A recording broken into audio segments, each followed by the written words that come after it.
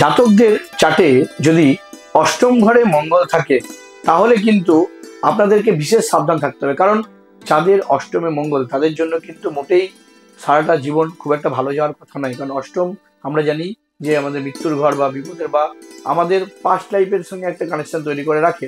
তাই অষ্টমে মঙ্গল থাকলে এটা আপনাদের অ্যাক্সিডেন্ট দুর্ঘটনার জন্য মারাত্মকভাবে দায়ী হতে পারে, মানে এক কথায় খুব বাজে রকমের এফেক্ট দিতে পারে।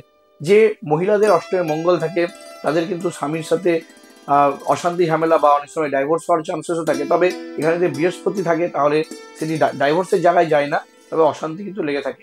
এছাড়া লোন নিলে সেটি লোন পরিশোধ করতে না পারার একটা টেন্ডেন্সি তৈরি হয়। এবং অষ্টমে মঙ্গল থাকলে প্যারেন্টাল প্রপার্টি পাওয়া যায়। এবং অনেক সময় দেখা যায় এদের বাড়িতে কোনো পুরনো ভাঙা চেয়ার মানে উডেন কোনো ফার্নিচার থাকবে। তাই আপনাদের যাদের অষ্টমে মঙ্গল রয়েছে আমাকে কমেন্ট করুন, আমি আরও কিছু টিপস আপনাদের জন্য দিয়ে থাকি।